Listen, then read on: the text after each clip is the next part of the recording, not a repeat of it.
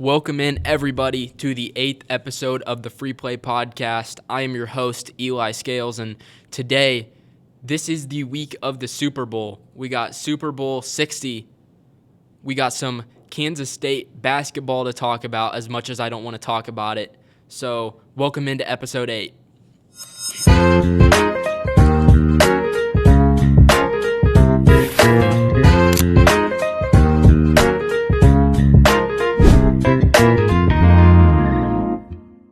As obviously many of you guys know, this week is Super Bowl 60 between the Seattle Seahawks and the New England Patriots, taking place in Santa Clara, California at Levi's Stadium, the home of the San Francisco 49ers. And these are two teams that have been very good all season long, and that is reflected in the line. Seattle is currently favored minus 4.5, and that's a pretty big line for a Super Bowl. So the sports books are clearly favoring Seattle in this matchup. So I think that's a good decision by them. Obviously, the sports books don't get a lot wrong, and that is the biggest spread we've had tied for since 2022 Super Bowl between the Rams and the Bengals, obviously, which did not cover. The Rams only won that game by 4 points. So that's why, getting into predictions later, I have a similar score in mind for my prediction. The point to over-under total in this game is 45.5, which it would be the lowest in a Super Bowl since 10 years ago, Super Bowl 50. If you remember, that was between Denver and Carolina, and Denver had one of the greatest defenses we've ever seen with Von Miller and just DeMarcus Ware, some of the greatest players we've ever seen on defense in the league. And not only that, just compiled on a defense together. And, of course, Carolina had players like Luke Kuechly on that defense. So that was set at 44 even was the over-under in that game, and that one did hit. It was 24-10 final score, Denver winning. Underdogs in the Super Bowl, which the Patriots are in this one, have been 16-6 against the spread since 2002, which is almost 73%. So against the spread is a pretty good way to look at this game, and that it's really hard in the Super Bowl to completely dominate a team and shut a team out. So I like the Patriots in this game to keep it closer than a lot of people are thinking. I think the spread is very reflective of these two teams. I think Seattle is definitely better. I don't think it's quite the Patriots' time yet to compete for the Super Bowl, but I think obviously it's still so difficult to really beat a team by a lot in the Super Bowl by a score or two scores. So I think this one will be still relatively close. Mistakes are even more magnified in a setting like the Super Bowl, as we've seen in past years. The Seahawks outperformed the spread by an average of plus 7.9 points, which is the best rate in the NFL. And then on the other side, we have the second best mark from the Patriots, plus 6.2. And so both of these teams are really good against the spread, which is another thing to look at in this game. So that's, I think, why the line is favored the way it is for Seattle, is that both of these teams are really good against the spread. Patriots are obviously led by Drake May, one of the top candidates in the MVP race this season, most likely finishing second behind Matthew Stafford, but their offense has been dynamic all season long. They didn't have quite the performance in the AFC Championship game, but Denver has an insanely talented defense that's well coordinated by Vance Joseph, and they ran into some weather problems in that game. So I don't think we'll have any problem here for the Patriots offense in this game. But on the contrary side, you have the dynamic defense of the Seattle Seahawks. I mean, this is statistically one of the greatest defenses of all time, no matter the way you slice it. 6th all-time in DVOA, which for those of you who are unfamiliar is an advanced unit ranking metric for defenses. And so this Seahawks defense is insanely well rated. It's one of the best we've ever seen in the NFL history. So that's why I give the edge in this game, like the spread does, to the Seahawks. I do think their defense is going to create a lot of problems for the Patriots offense, like we saw in the AFC Championship game. And I don't think this is a game that Sam Darnold's going to have to take over. I think getting in a position where Sam Darnold has to make critical and clutch plays is not the recipe for success that the Seahawks want, whereas the Patriots, that's probably what they want. They want Drake May to have the opportunity to go out there and win them the game and make some plays. But I think the Seahawks are going to want to stay ahead of the score and are going to want to keep putting things together putting good drives together, scoring points, staying ahead of the eight ball so they don't fall behind and have to play from behind. They want to keep their balanced attack, whereas I think the Patriots they haven't been used to playing behind all season, but I like their chances of playing behind better than the Seahawks. But I just simply think the Seahawks defense is too good and their run game is elite to the point where they can just take control and keep this game in their hands for the majority of it. I didn't have the Seahawks actually coming out of the NFC this season. I had the Rams. I thought their balanced offensive attack with Kyren, Devontae, and Puka, and obviously the MVP, in my opinion, Matthew Stafford, I thought was going to be enough with their defense to get it done, and I thought they were going to create some serious problems for the Seahawks in the NFC Championship, which they did, but Sam Darnold, to his credit, played incredibly well, which he's a lot higher on my list now in terms of the top quarterbacks in the league than he was entering this playoff run. I was not too confident in him, but there's not many teams in general I would have taken over the Seahawks in this playoff race. I think their defense is one of the best we've seen in a long time, obviously 6th all-time in DVOA. So I think very strongly that the Seahawks are going to get this one done, but the Patriots may have another big surprise in them. They were not supposed to be this far along into the Mike Vrabel tenure, but I think no matter which way you slice it, this Patriots team has a lot to look forward to. The Seahawks are kind of in their peak, in their window right now. We've seen that with the contract that they gave to Sam Darnold, but we're still talking about Drake May on a rookie contract, which certainly there's the debate to be made that your best chance to win a Super Bowl is on with your quarterback on a rookie contract, but that's certainly not deterred many teams in the league from winning Super Bowls over the last couple of years. I mean, just tracing back off the top of my mind, we haven't had a Super Bowl winning quarterback on a rookie contract in quite some time. It's been Mahomes on his massive contract extension. We had Jalen Hurts. We've had Matthew Stafford, Tom Brady. So it's not necessarily something where it's a do or die for a team once your quarterback is off the rookie contract, but it certainly helps with roster building. And I can see this Patriots team just continuing to build well coming forward. They still have a year or two left of cost-controlled Drake May, and they still enter this offseason with maybe the most salary cap in the NFL, and they can certainly still move some things around. They had plenty of money last offseason. They didn't quite get everything done because they simply ran out of options to give money to. So maybe they revisit some things in the offseason depending on how this game goes. I think they could still be more aggressive on the weapon market. They could go after A.J. Brown. He's been rumored to be going to a new team for a while now, and the Patriots have had interest in the past, so I could see a trade for A.J. Brown potentially working out, giving them one more dynamic weapon to pair with Drake May and kind of giving him his top 1A wide receiver that we see a lot of teams in the Super Bowl have. So, as I mentioned, I think the Seahawks are going to take this one, but I will say the spread will not be covered. I think will be covered. The spread will be covered. The Seahawks are going to take this one in 24-20, in my opinion. It's going to be a bit of a low-scoring game. I think the Seahawks are just going to be controlling the game for most of it, and I think that eventually the Seahawks are going to lean down on their defense down the stretch in the game, and it's going to make a big play or two that is going to cement this game. Super Bowl MVP prediction. I'm going a little bit off the board here. I'm taking Nick Emmanwori. I don't think Darnold will put up a good enough stat line, especially if the game's 24-20. JSN will probably be blanketed by Christian Gonzalez and probably doubled and bracketed the entire game, so I don't like him putting together a monstrous performance, but it's certainly possible that you can make the argument that JSN is just the shoe-in for Super Bowl MVP right now, but Nick Emmanwori has been clutch down the stretch for the Seahawks. I think he's kind of an engine of that defense underratedly, and I think he might be the defensive rookie of the year.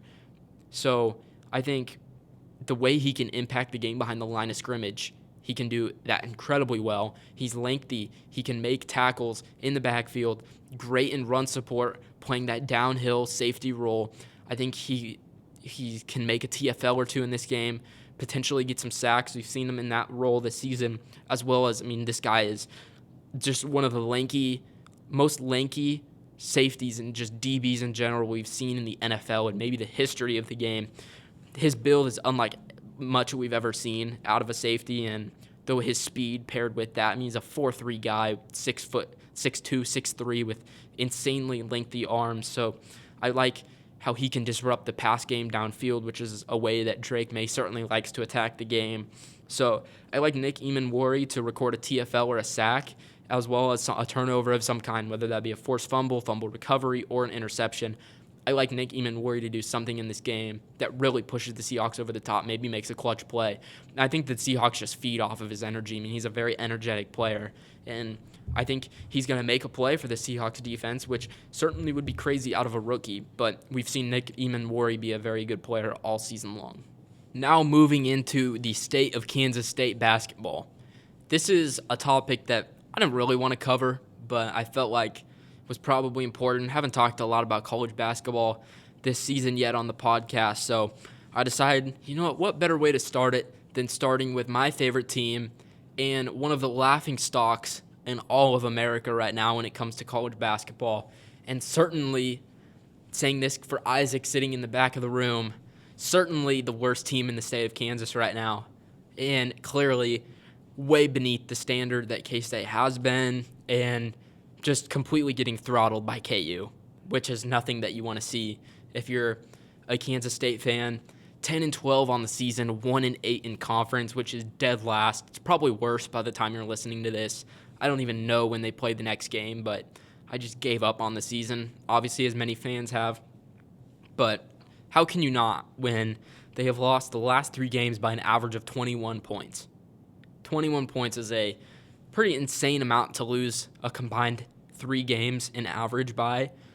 So I think, obviously, we've had a lot of discussion in the Kansas State fan base about Jerome Tang and where he sits in terms of his hot seat, but take a listen to some clips from Jerome Tang's most recent press conference after the Iowa State game, and just listen to how he talks about the team and how it seems like there's no hope for the direction of this program. Jerome, just what's the most disappointing thing from your point of view about that effort and game today? I'm not disappointed at all. Why not?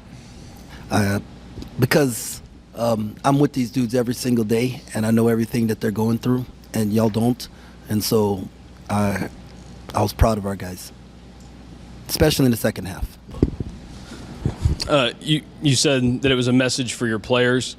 At some point, though, do you feel like you need to give a message to the fans to not just explain off, hey, today was not a great game, obviously, but why you're at this position after 3 years now and how things do get better moving forward?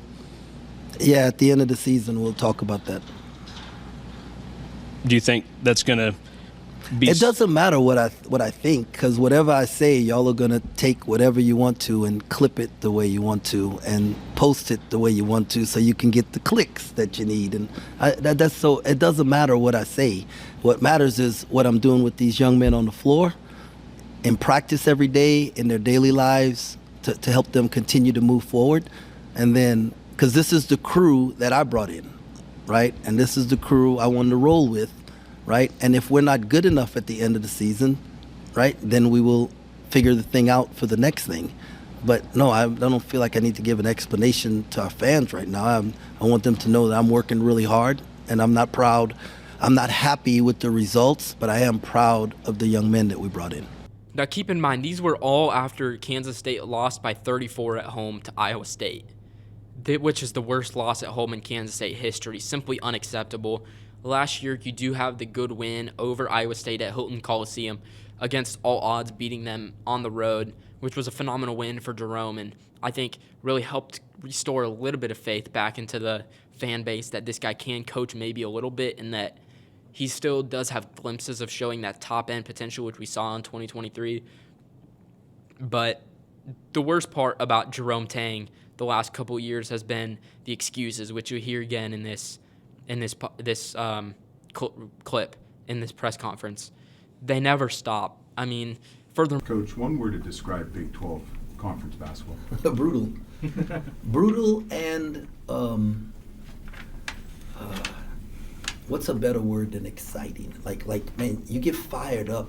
Like, you know, I mean, we went to Arizona, played the number 1 team in the country, and we still have to play Houston and Iowa State and Texas Tech and, you know, I mean, like, you get those kind of challenges, and man, you just gotta love it as a competitor, right? To go against that, and then as the head coach of this program, the CEO of it, to put together a team and build a program that will be on that level year in and year out. And I ain't figured that out yet because they keep changing the rules on me, right? Like once they get the rules set, right, like then I can have a consistent plan, because there are 3 guys that should be on my roster right now that are not on my roster because the rules changed, okay? And and that's not even the guys who are injured, okay? So if they will give me consistent rules, then I know how to move forward and operate. And I will figure it out because I got a staff that we're relentless. We don't stop.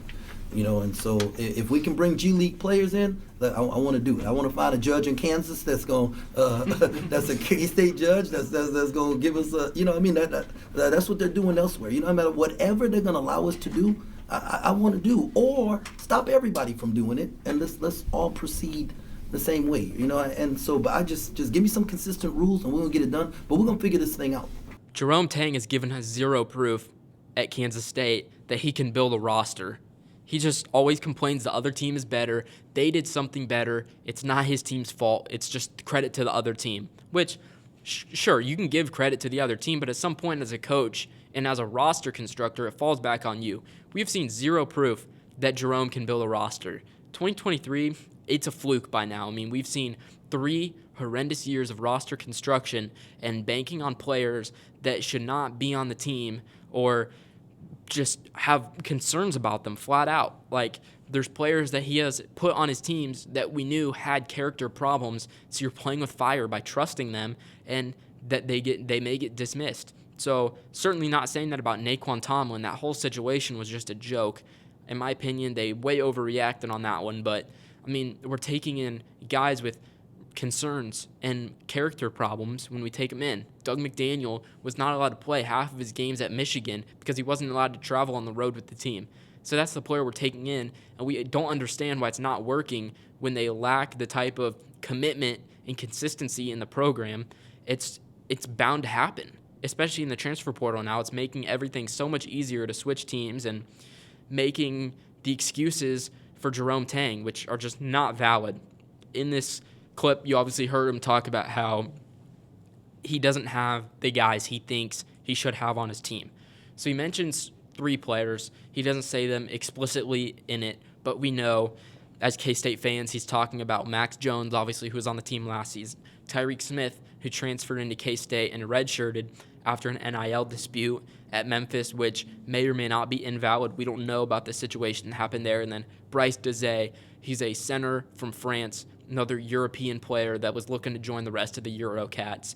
He was a player that had been on the radar of many Power 4 teams. Programs like Kansas were interested in him.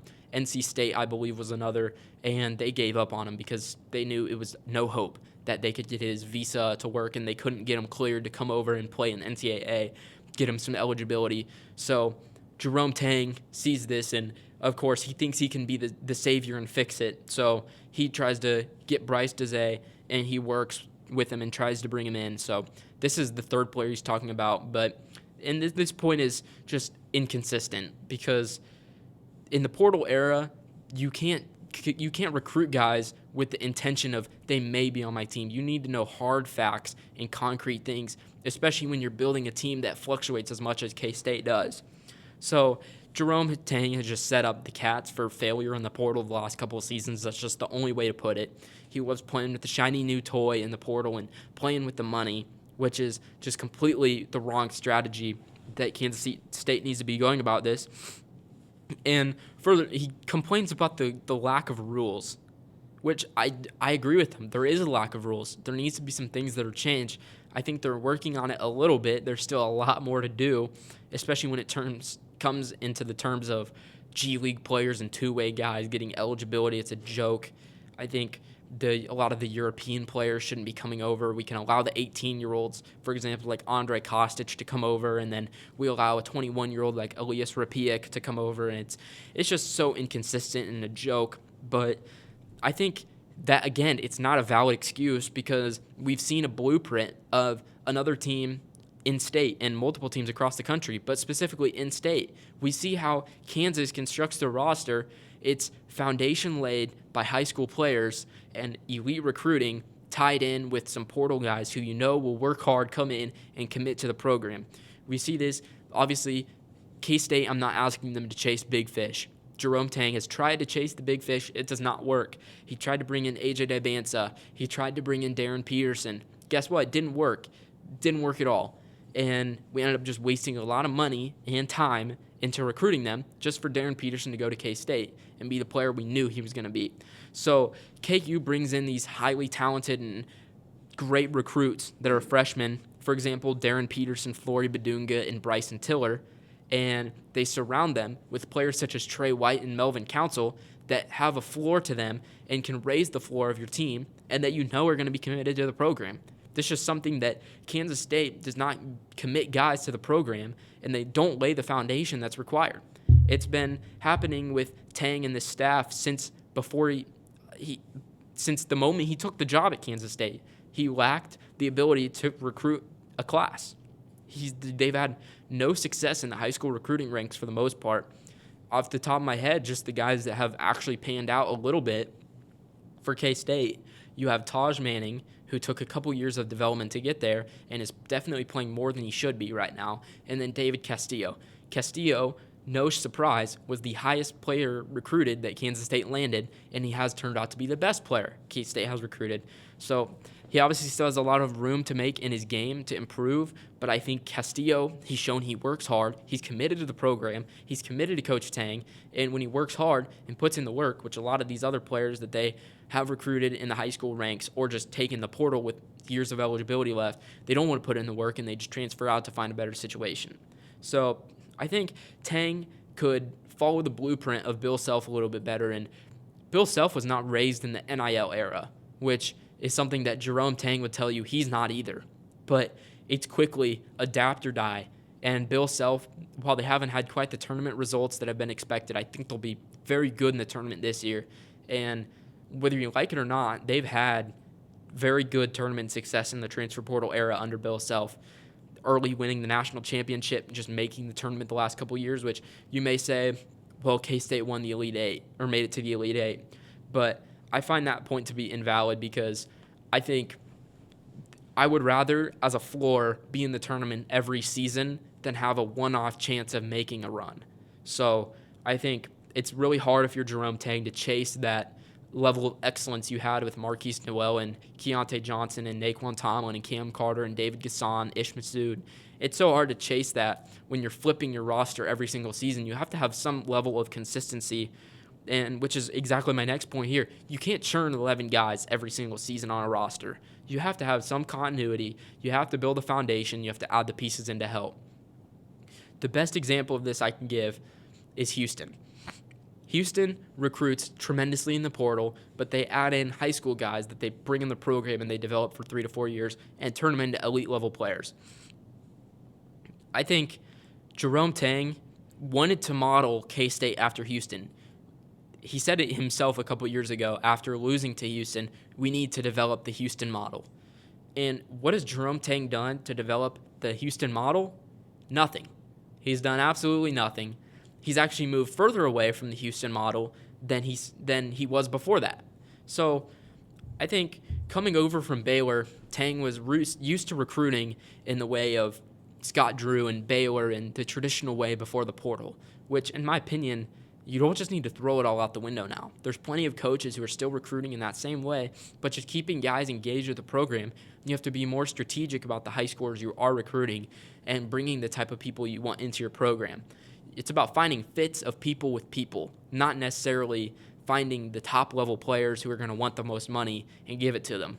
For example, the player is not determined how good they are based on the amount of money you give them. So overpaying for a player in the transfer portal like Doug McDaniel or Coleman Hawkins does not necessarily make them the level of player that you want them to be. So I think that's another thing to look at. Jerome Tang, in my opinion, just needs to recruit a lot more high school players. It's really not that hard to land 4 stars, and if you're really scouting hard enough, it's not that hard to land impactful 3 stars. And if you don't believe me, look no further than Keaton Wegler at Illinois. This guy was at Shawnee Mission High School and was a 3-star recruit. He is now projected to be easily a top 10 pick in the NBA draft as a freshman, and he had 0 to little Power 4 interest until Illinois came late in the cycle and offered him a spot. This was a guy that his biggest offer really locally was Wichita State. He was not being recruited by Kansas for obvious reasons, having Darren Peterson, which is fair.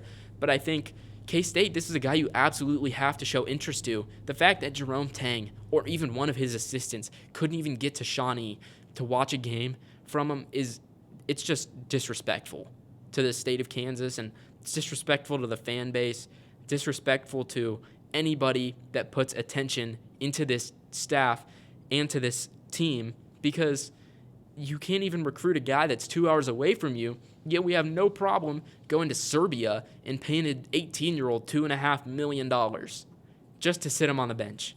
So, at worst, I'm not arguing that Andre Kostic is a bad player. I think he's good. I think Jerome Tang has had malpractice in how he has deployed him this season, and I think he needs to play. But I think if you're going to go and spend $2.5 million on an unknown from Serbia, at minimum you can spend what Keaton Wagler probably would have been $100,000, $200,000 at most to commit to K-State, and obviously has been way better than Andre Kostic this season, and certainly you can make the case to offer him a spot instead of the high schooler they did offer in Xavier Wilson. So I just overall think it's lazy scouting by K-State, and just overall the lack of not wanting to put in the work, which is actually the opposite of what Jerome Tang said in his West Virginia press conference, because he said, once you figure out the rules, as you guys heard, once you figure out the rules, my staff is relentless and will find the right guys. Clearly, you aren't being relentless, because there's a guy sitting in your backyard who's going to be drafted probably 5th or 6th overall, and you completely slept on him.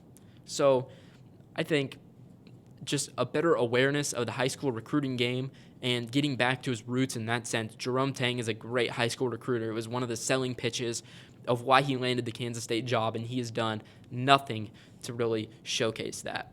Overall, I think we've seen Jerome Tang have some success recruiting in guys with multiple years of eligibility.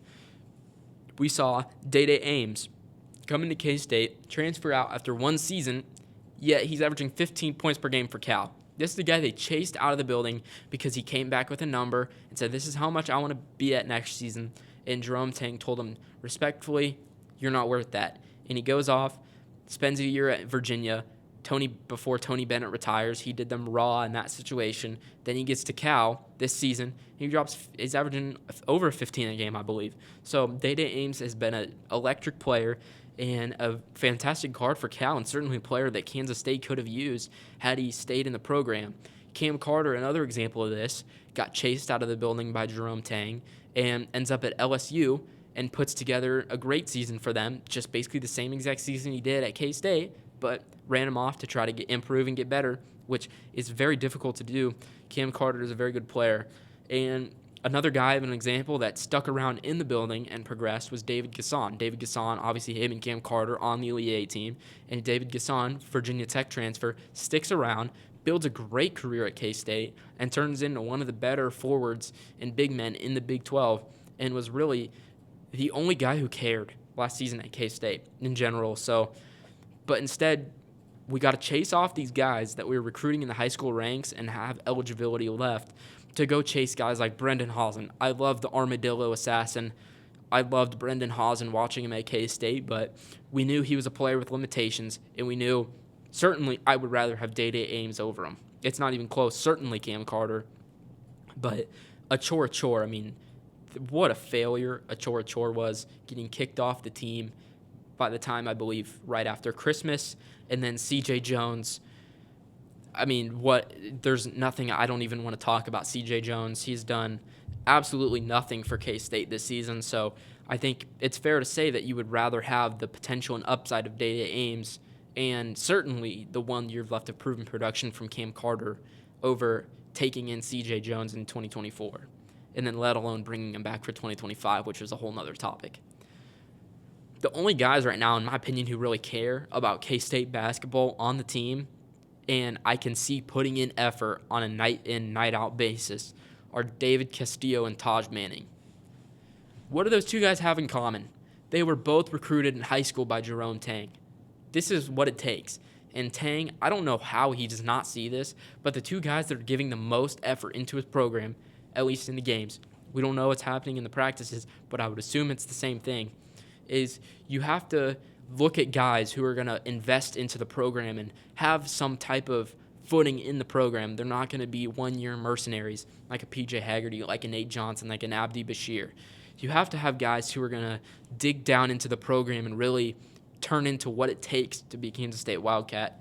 And I think Jerome Tang has been looking for the quick fix the last couple of years. He's been trying to find a way to get back to the Elite Eight and salvage that one last little bit of hope that Kansas State fans have for this program. But it's not, you have to build a foundation. You can't just turn the ship around immediately in one season. It's very hard to do that, especially when your staff is, in my opinion, lazy at recruiting talent. I mean, it's just embarrassing, the type of talent that they're putting out there. And certainly, I don't want to know what this team looks like if we don't have PJ Haggerty. This is probably a team that has 4 wins, 5 wins. I mean, we were almost losing to teams early in the season who were horrendous because of we just only had PJ Haggerty. He was really the only thing that was working for us down the stretch of the season. We would have been Nate Johnson and Abdi Bashir as a duo trying to take on the Big 12, and then Abdi Bashir might still go down in this situation, which is just it's honestly not been that big of a deal for K-State so far, but a lot of people will say it has been. This team wasn't good with him. Honestly, I think he may be a benefit of not having him on the court because it allows you to put together some type of a better defensive lineup. But overall, when you listen to the press conference clips, Jerome Tang just gives off the vibe of a guy who doesn't want to coach at K-State next season. He's grasping for straws, anything to take the blame off of himself and kind of save face a little bit. But it just, in my opinion, it reeks of desperation and cluelessness. I really don't know what his direction is for the program right now, and it's a shame because I thought they were really going somewhere after 2023. In my opinion, where I'm at right now with Kansas State basketball is, you can probably already tell where this is going. Someone's got to pony up the $18 million. It's got to happen. Tang cannot be around for another season. I think I get the argument of just give the $18 million to football. Let Colin Klein cook. Let him do whatever he wants in the portal. Put together a roster around Colin Klein and the football team that is going to rival Texas Tech and will turn them into one of the elite teams in the Big 12 year in and year out. But I think we cannot continue to just let basketball rot. And I don't want to know the direction that Jerome Tang can take this program once the donor base has left him because of the millions that he squandered on horrendous squads. So I want to see some fresh blood in the building, and I have some potential lists of candidates here. I have Josh Schertz as my 1A.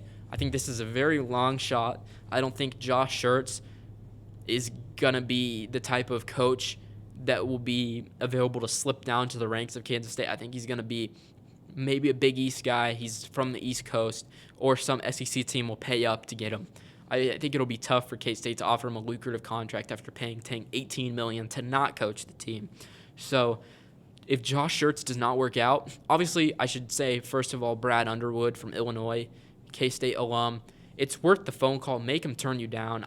There's almost a zero. It's probably just a 0% chance it happens. We'll say 0.1% chance that it happens, but you have to make him turn you down first. He's got a really good thing going at Illinois. Obviously, picked up Keaton Wegler, which was a phenomenal decision by his staff. Clearly, they work hard, unlike the one that is currently in Manhattan right now. And overall, my option that would probably realistically be in K-State's budget is Matt Brower from Stephen F. Austin, former Wichita State player and former assistant under Grant McCasland at Texas Tech. McCasland was one of the guys that K-State wanted originally when they hired Jerome Tang, so this is almost next best alternative now, is that you go back to that Scott Drew tree, which it's not looking so hot right now. I mean, Paul Mills, Wichita State, he's doing an okay job. Obviously, Grant McCasland has had a lot of success at Texas Tech, so that's why I would love to be going to get one of his former assistants and current head coach at Stephen F. Austin, Matt Brower. He has turned the Lumberjacks to be one of the best teams in their conference. 20-4, I believe, is the record on the season.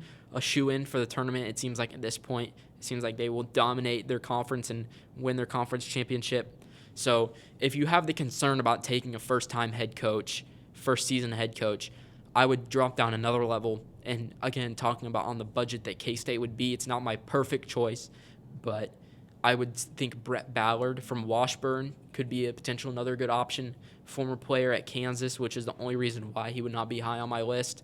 But Brett Ballard has done an incredible job. Washburn is undefeated this season, and they are the number 1 team in D2.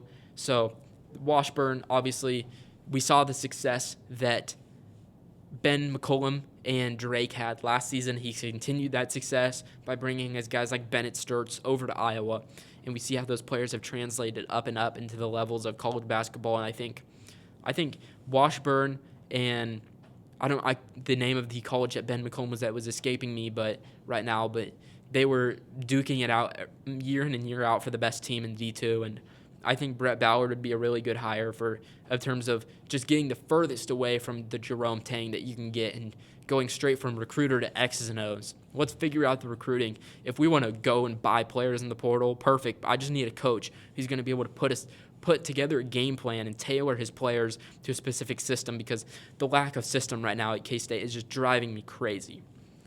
The entire fan base and donor base, I would suspect, I don't know anything, but I would suspect they're done with Jerome Tang. I don't see them wanting to continue to waste millions of dollars on a coach who clearly is inept when it comes to roster building, which is basically the name of the game in college basketball right now. And certainly the fan base is done with him. Few and far between you'll find somebody who still appreciates what he's doing. So I think overall, there needs to be a change. But obviously we saw a report that Gene Taylor, the athletic director, is still confident that Jerome Tang and his staff can turn it around, but I don't share that sentiment. I think Gene Taylor is on his way out. I think if someone does trigger the buyout and they get some money together, the $18 million together, I don't think Gene Taylor is the one that will be able to make the next hire for basketball coach at Kansas State. I think it'll be the new AD, which has me a little bit worried, considering President Linton is likely to be the one who will go to bat for the new athletic director. So overall, I'm done with the Jerome Tang experiment. I thank him a little bit for 2023. All that credit pretty much goes to Marquise Keontae and Naquan and those guys, but I mean, it was an incredible season in 2023. It's just a shame that he hasn't been able to keep that production level up throughout his entire tenure. And I mean, they've just gotten worse year in and year out at K-State since that Elite Eight. Well, thank you guys so much for listening, and I hope you enjoyed this episode. Comment down below what you think about Kansas State basketball, the Super Bowl. I want to hear more takes on what people think about Jerome Tang, an outsider. If you're not a K-State fan, if you're seeing the results of the program and how they've just been horrendous ever since the Elite Eight season. So thank you guys for watching, and I'll see you guys in the next episode.